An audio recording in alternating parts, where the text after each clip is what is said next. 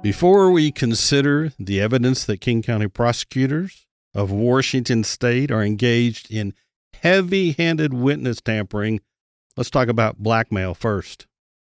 Welcome to the Consider Podcast, where we examine today's wisdom, folly, and madness. More information can be found at www.consider.info. Now, here are your hosts, Timothy and Jacob.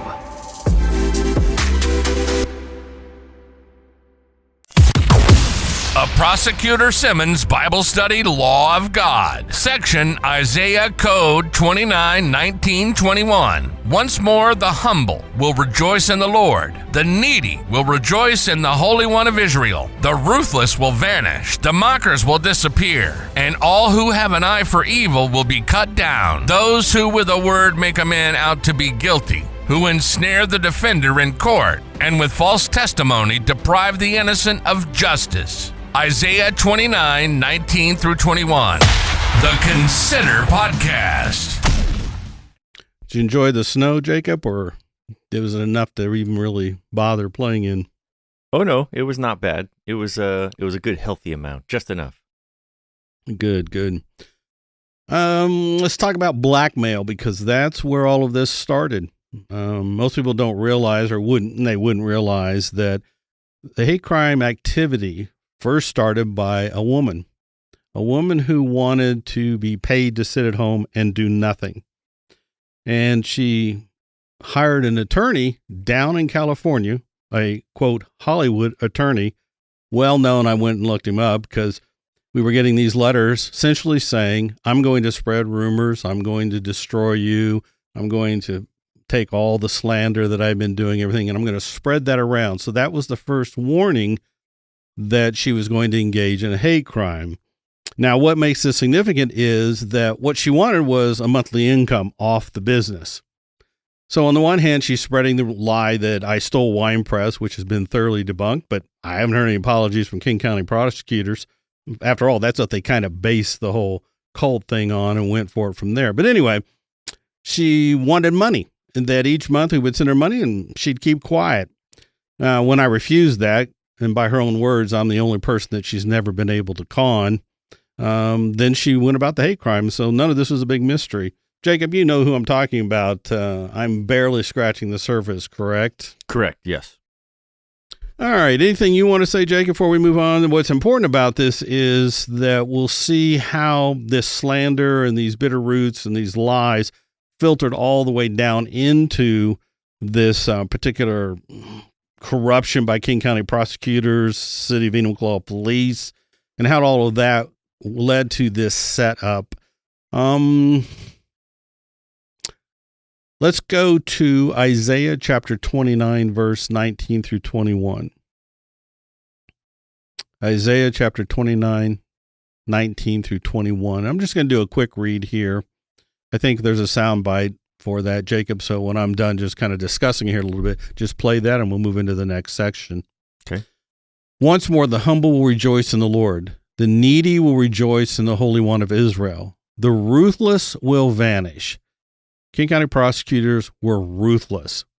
Jacob, just from a quick observation and kind of a quick question here, what do you think the number one goal was of King County prosecutors? And I realize you can come up with different answers here. But what was the number one, really what they were after, the using of their power, everything of who they are, the applying of laws, the misapplying of laws, the corruption of laws, all of it was designed to do what? Take down the cult. Take down the cult.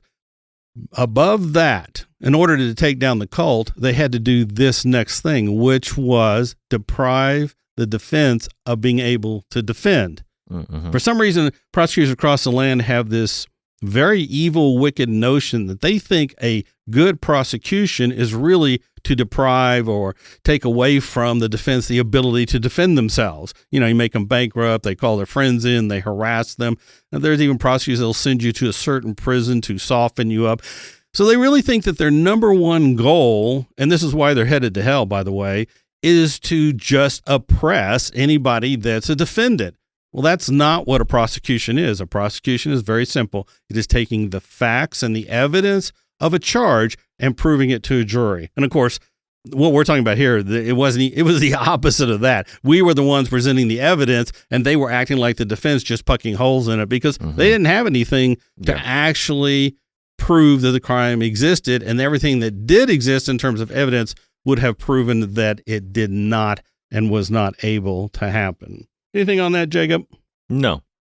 So let me begin again and read Isaiah chapter 29. Once more the humble will rejoice in the Lord. The needy will rejoice in the Holy One of Israel. The ruthless prosecutor will vanish. The mockers, false witnesses will disappear.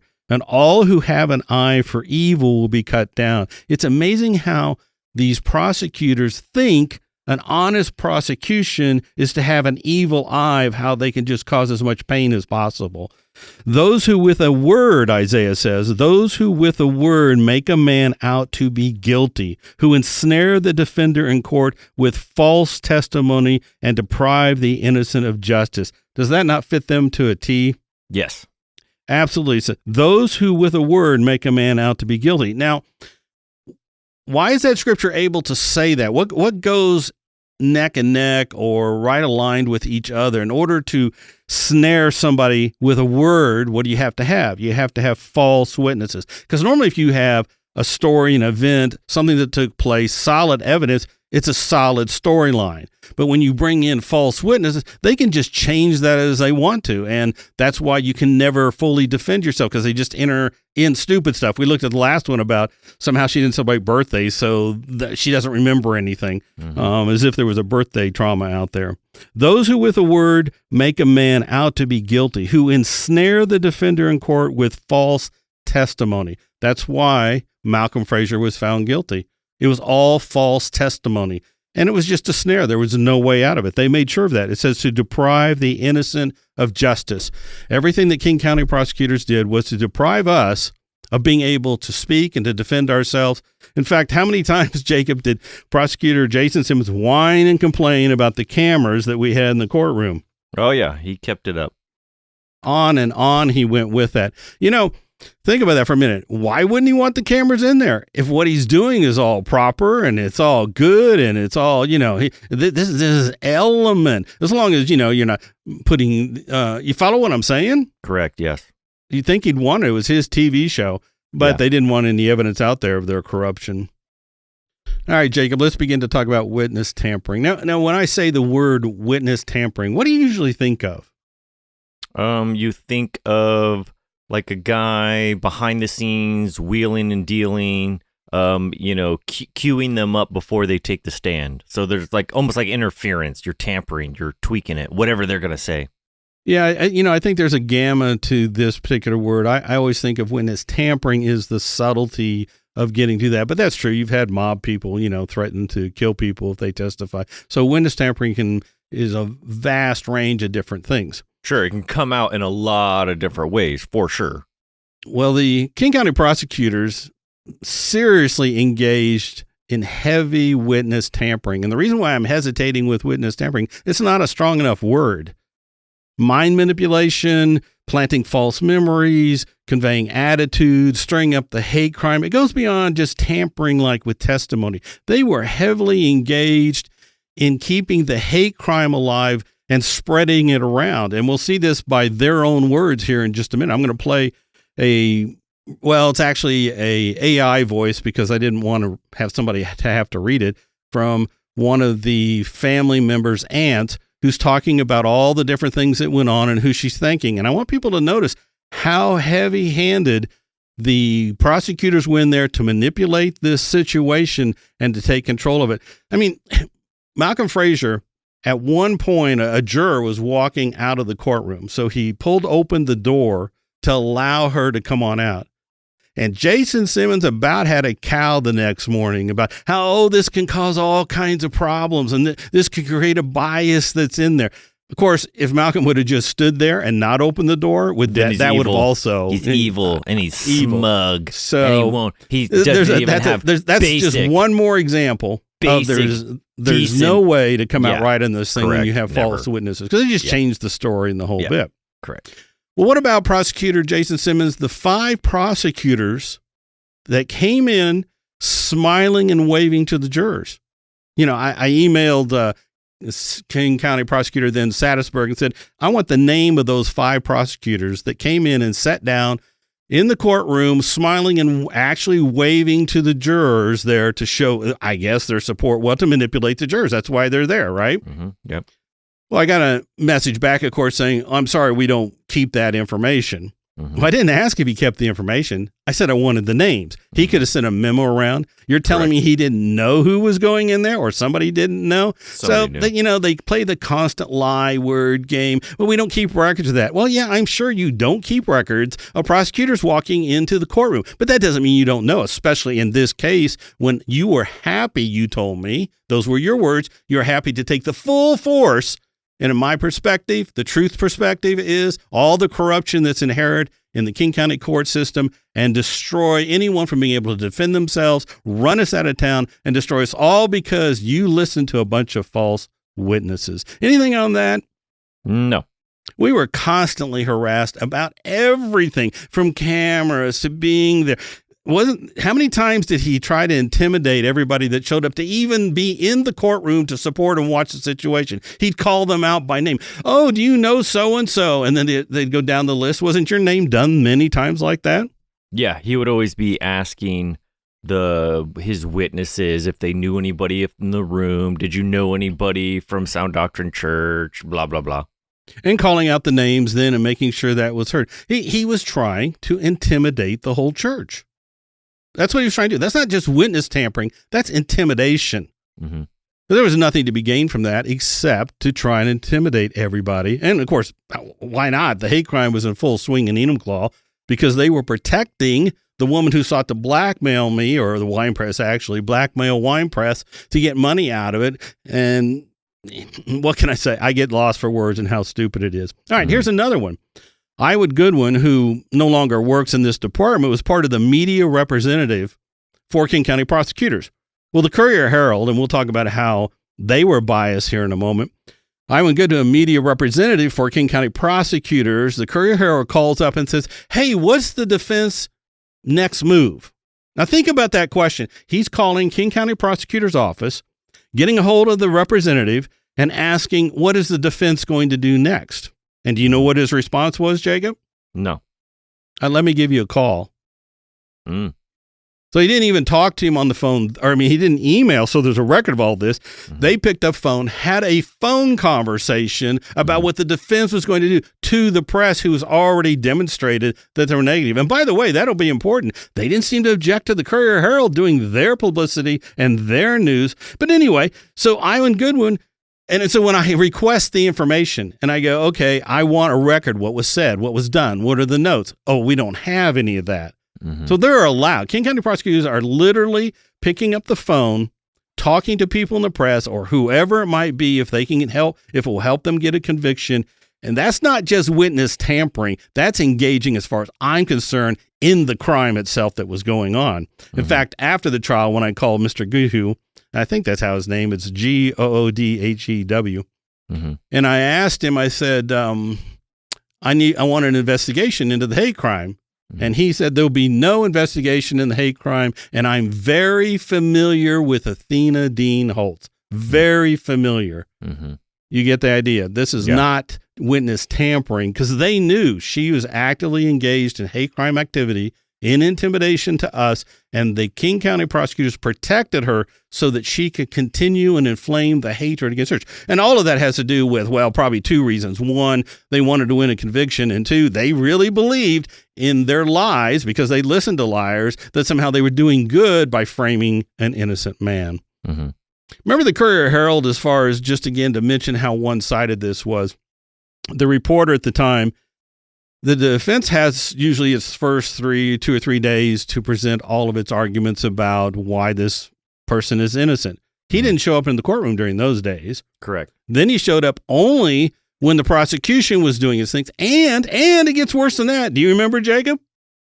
He showed up for like super weird pervy evidence. I remember that. Well, yeah, for sure he did that. But what people observed is that when the prosecution was talking, his pen to take notes for the newspaper was actively moving. Mm-hmm. Then when the defense got up, to begin to present the other side of the issue, he laid his pencil down. So that's an active aspect of promoting a lie, which King County prosecutors did not object to. Correct. And then, of course, and I don't think we're going to get to it today, Judge Lori K. Smith kept the defense from interviewing anybody of any significance. The two children who slept outside the bedroom never got to them because King County prosecutors and Judge Lori K. Smith protected them with the stupidest reason. I don't know if I'll get to it today. All right, now let's press on. Anything on that I'm missing, Jacob? No. We're going to play it's a little bit long, but go ahead and play it, Jacob. Okay. Proverbs 29:12. If a ruler listens to falsehood, all his officials will be wicked. Consider the following corruptions by King County Prosecutors and Washington State Associated State bad actors.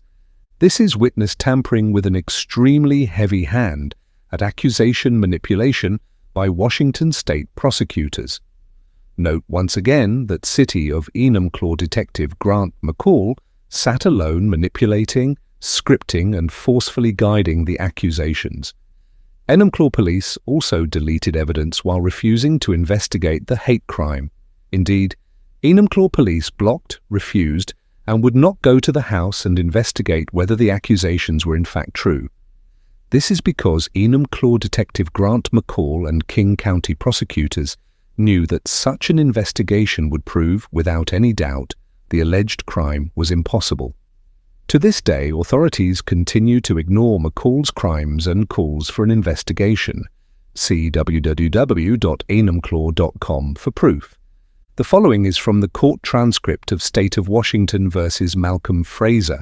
This statement was presented at the time of sentencing. Judge Lori K. Smith, good morning. M.S. Thomas. My name is Melanie Thomas. I am Greg Gambill's sister and Malia's aunt. I have a statement from our family and a letter from our parents.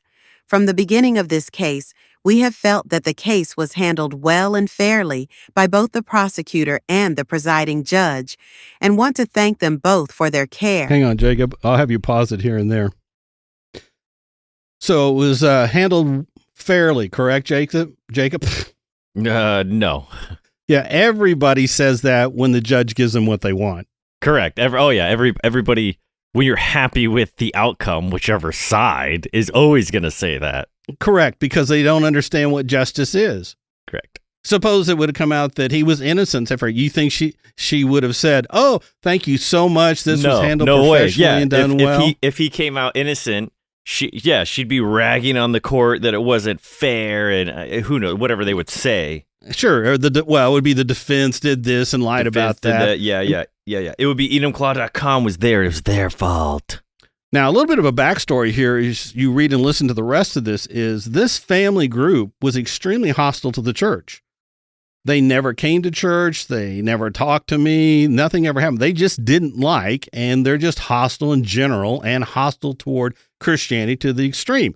So naturally, Jason Simmons and the prosecutors were drawn to them. The reason that we know this to be true was because Greg Gamble went with my wife to visit his mother who was in the hospital.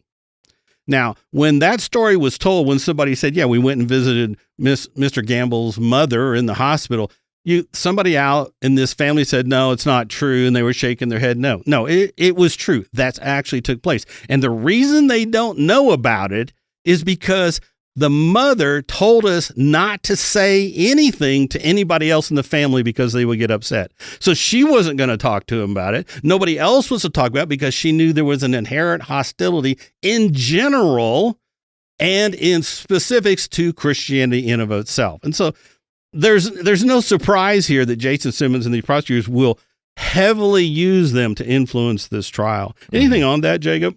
No. All right, so let's continue on. I'll probably interrupt you here and there, but let's move forward. Attention to detail and consideration for the victim's family. However, our concern has been and continues to be the coverage of the event by Sound Doctrine Church's website, enumclaw.com. we question their continual presence as the news coverage of the trial and continue to be concerned hang on. about... And, I want to repeat the scripture here in Proverbs 28:5. Evil men do not understand justice, but those who seek the Lord understand it fully. So that's why she's thankful. I already mentioned that, but I wanted to give the scripture reference of the truth. All right. It's harassment, Jacob, that EdomClaw.com existed. Mm-hmm. And this trial began with false accusations, and it's going to end with a false accusation. We'll see that here in a moment from her letter.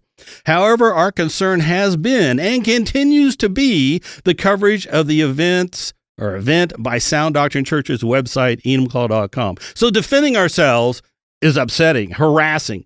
Really, of course, that's true. King County Prosecutors and everybody else consider the fact that we actually put forth the truth and made the defense for the truth as harassment. That's just as scriptural as it can be. But anyway, you get the point, right? Mm-hmm. All right, let's move on. About their ongoing harassment of the victim and her family.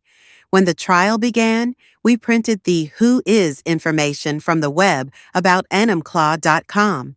The information attached here clearly stated that the domain was registered to Sound Doctrine Church Jacob, let's just stop there for just a minute. We questioned their continual presence as the news coverage of the trial and continue to be concerned about their ongoing harassment of the victim and her family. So that's quite the charge.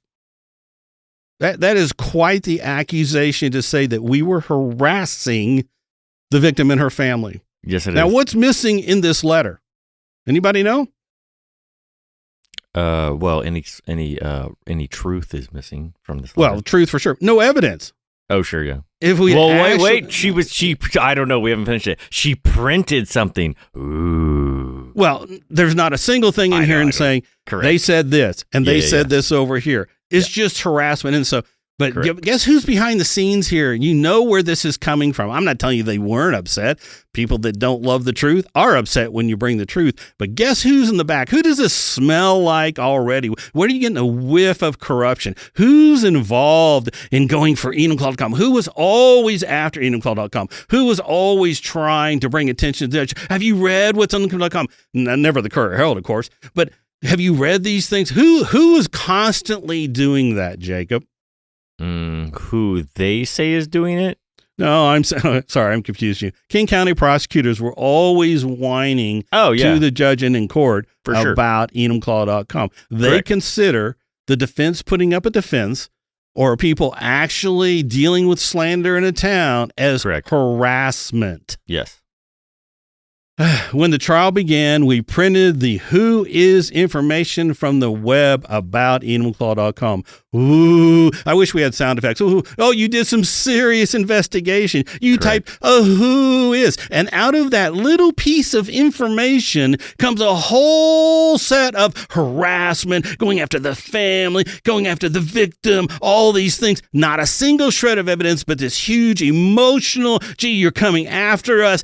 We printed off the Who Is information. And guess what? The name of the restaurant of the website was in Malcolm Fraser's name. Therefore, Malcolm Fraser's writing the articles. Therefore, he's in control. Therefore, he's the one harassing us. That was their jump conclusion. They never researched. They never went and looked. They never, and after it's corrected, I doubt seriously Malcolm Fraser has gotten an apology. I doubt there's a confession by the prosecutor saying we were wrong on this and wrong on that, right? Correct. You know, Jake, I mean, let me ask a question here. What are the two stupidest things that prosecutors hope you do? I mean, there's like two top stupid things that if you're charged with a crime, they hope you do. Well, a lot of times, and their prosecutors are always wanting to cut a deal. They're always trying to cut deals, so I don't know. They're hoping you take a deal. That's good, but let's just say you're not going to take a deal, and you're not going to take put a up deal. A defense. You're going to put up a. What do they want you to do? Two stupid things they want you to do. I don't know. One is represent yourself. They actually salivate for that one. Sure. Number two is talk to the press. Any defense attorney, the first thing they're going to tell you and tell everybody is don't talk to the press, right? Because anything you say can and will be used against you, right? Yeah. So prosecutors would just love it if you do an interview in the press. because they can twist it around. It's in writing. They like salivate. They lust for that to happen. Well, now how come in this particular case they objected to us, quote, talking to the press, being in the press, and presenting the press? Well, why? Surely if we said something that would have been evidence to convict him, they'd have brought it up, right? And that's what they would like to see happen, but not in this case. In this case, it was don't talk to the press. Yeah. All right. Made my point, right? Yes. Let's continue listening to her addressing the court. By registrant Malcolm Fraser. He was also listed as administrative contact and technical contact at that time. A search for the same information this week shows that the name in every case except technical contact has now been changed to Timothy Williams. We would like to request that Malcolm Fraser's sentencing include restrictions on what can be published about the victim and her family by enumclaw.com, a domain name registered by the convicted felon posing as a news service. Their slanted approach to the trial coverage and their degrading words about the family demonstrate their intent to cause the family further pain. We would like to take the opportunity to thank the court for showing our family strong support during this most difficult time. We feel blessed to have had... Pause it right there. What do you think about all that, Jacob? Well, so far, as you mentioned, there still has not been any evidence presented of how their, what's her words? Causing pain. Like, okay, harassment. It doesn't, where is on this post, they said this. By the way, during the entire trial or any of the whatever coverage, we never used the victim's name. We didn't even, when's the last time we were talking about the family? Like, where? How come you didn't print off the articles slandering the family? Yeah, you could have printed them off, highlighted them, and given them to the judge. You could have given me, like, here's all the examples of the way they've supposedly harassed us. You know what? That's just basic thinking, right? Correct, Let me back up. To rational people, you go before a judge. Normally, you're going to go, I need my evidence. Let's look at the evidence, right? In this particular case, nobody needed evidence in Judge Lori Smith's courtroom.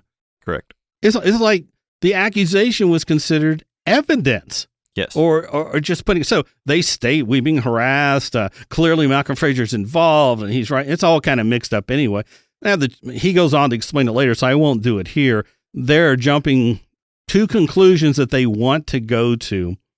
By the way, we have the right to defend ourselves, especially on all the things that were slandered. All right. So now she's going to thank the court and listen to all the people that are involved in this family and how heavy-handed an influence. And I guarantee you, every one of these people are helping shape and mold the hatred, the testimony, and it's going to filter back to the manipulated accuser. These aren't neutral things they're doing here. So let's go ahead and read it or listen to her tell us all the different people that were involved in witness tampering. We feel blessed to have had the opportunity to navigate this case with a great team of people. Jason Simmons displayed exceptional professionalism throughout this case by keeping in constant communication with our family about how the court and trial process works. That level of support dramatically decreased the stress we were under. Rich Anderson was also very comforting and reassuring. We feel we could not have asked for a better team to represent the state of Washington. Olivia McAllister, our legal advocate from KCSARC, played a vital role for our family.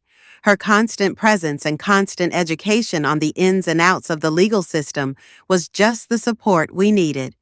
Emily Cordo, Malia's personal attorney, went above and beyond the call of duty. She took time out of her busy schedule to be here for moral support while Malia testified.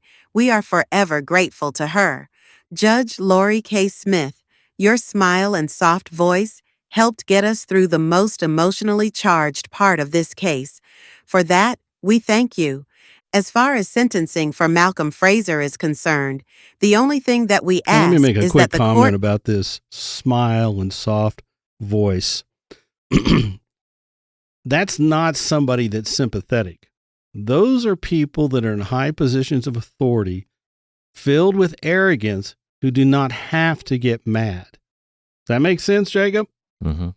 This is more of, if you had total control, total power over everybody, you just sit there and you smile and you talk softly because you don't have to. You're the important person in the room. Correct. See, if Judge Lori K. Smith had any moral fiber or any legal purity about her, she would have told them, look, enumcall.com is free to defend themselves and to write what they want to write. And then that's just one minor point. All right, let's continue on unless there's something you wanted to say about all that. No. All right, go for it.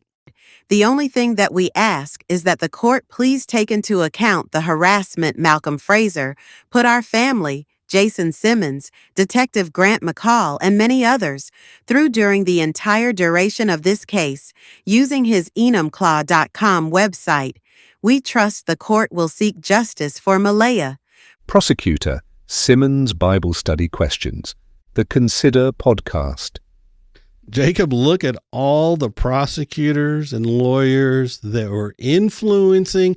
And look, nobody be so naive to think they're just offering comfort and care. These prosecutors know exactly. Look, if they're happy with Enumclaw Detective Grant McCall sitting alone with an accuser, shutting recorders on and off, scripting out, going in behind the scenes, changing the whole storyline, and doing this in open court. And this is now, Jacob, do you think they're not planting ideas, moving things forward that they know will get back to the false accuser? Of course they are. Of course they're planting.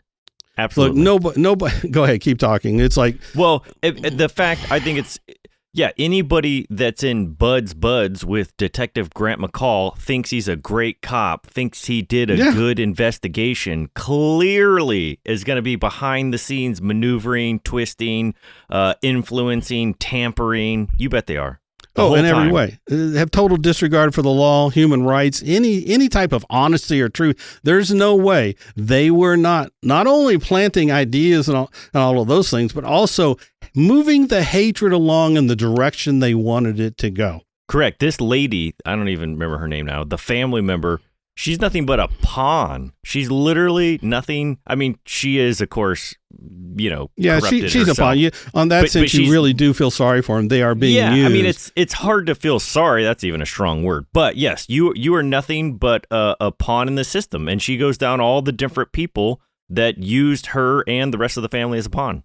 Exactly. It hits all cylinders. Anybody being called a jury judge needs to give up any thought that the victim is so brave for coming forward, as if they were this Lone Ranger, courageous person who had to get up on the stand. Every nonprofit group, every prosecutor, they have kids court. They literally have dogs in court. The Washington State Supreme Court has not only stripped every right of defendant to defend himself, but at the same time, the person testifying is allowed to bring in a dog in court as if it's not going to influence the jury and everybody else. Yeah. I mean, literally, Washington State court system has literally gone to the dogs. So Prosecutor Simmons, Anderson, all these people were not just, they were witness tampering to the extreme. And I think the word's it's all the way out there.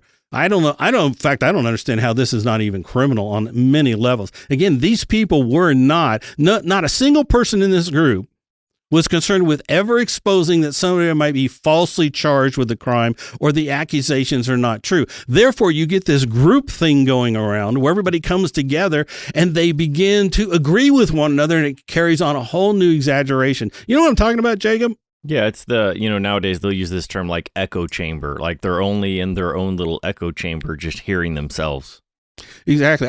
Now that I'm older, I think of it as an old age home. Where if you got a group of people in a circle, right? Yeah. A bunch of old people, and I'm including myself in that, so I'm not being prejudiced. And we're all sitting around eating our applesauce and doing checkers or whatever it is that I hope I never have to do.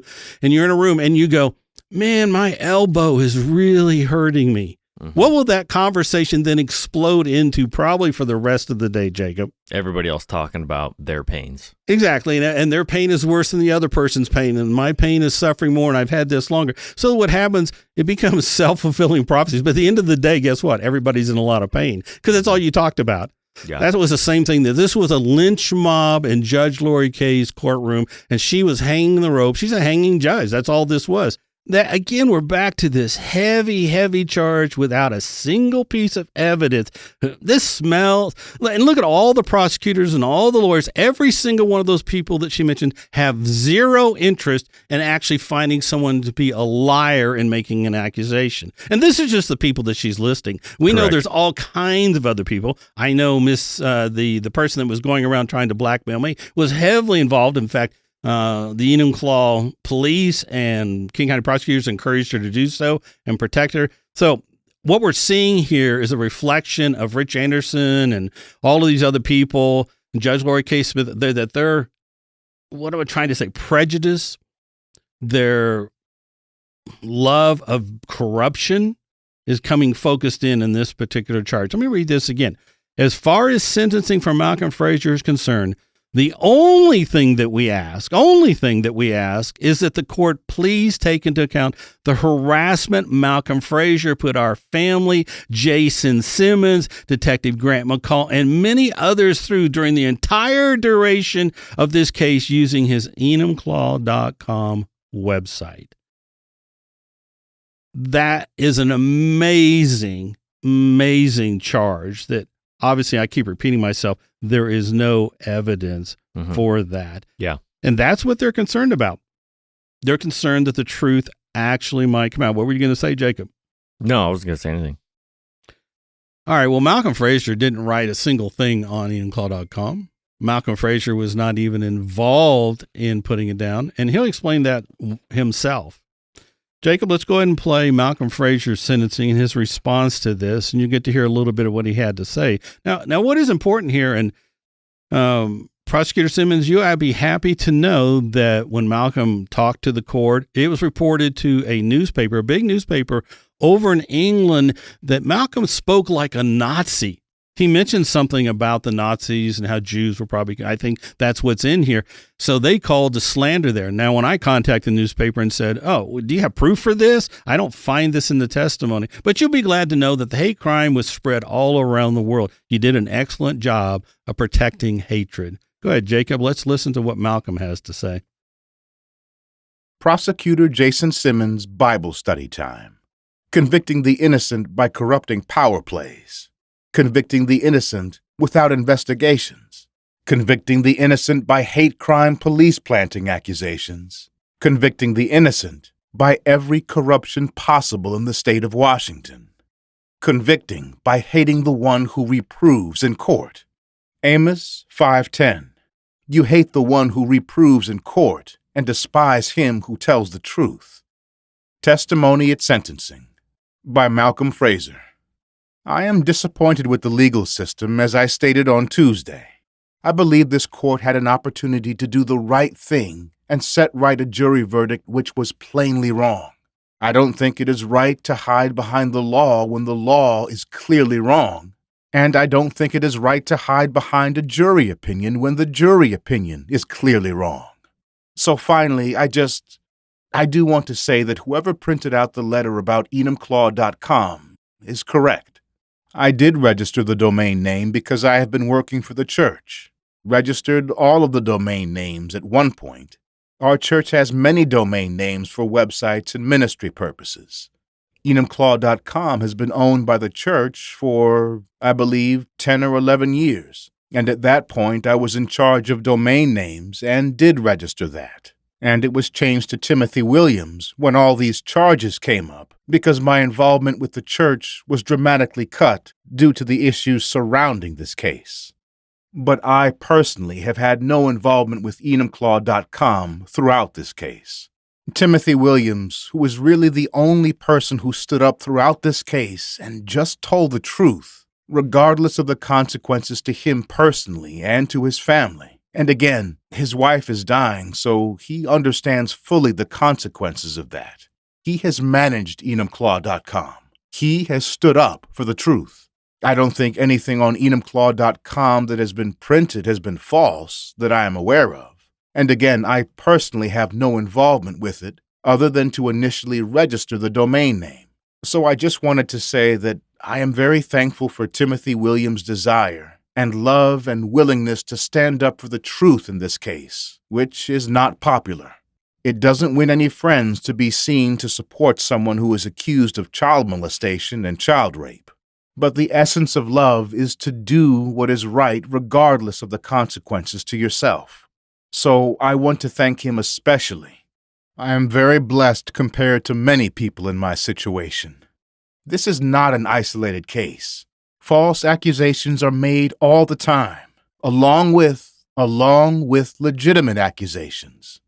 Again, if I was guilty, Your Honor, my church would be the first to kick me out and testify against me, and make sure that I went to jail for 26 years.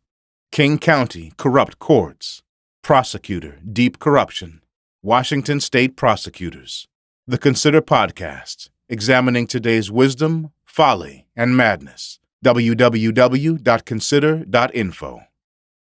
Gee, Jacob, how many lawyers and friends of lawyers and nonprofit groups and support groups and volunteers of the public defender's office or a noble prosecutor, how many of those people did Malcolm list and say, I want to thank all of these people for the enduring help as I face this trying time to defend myself in Judge Lori K. Smith's corrupt courtroom? Any list there? No. I actually feel sorry. I was the only one that you got listed. You don't have very many friends if you just got me. Mm-hmm. I don't know what to say. It's just clear. Mm-hmm.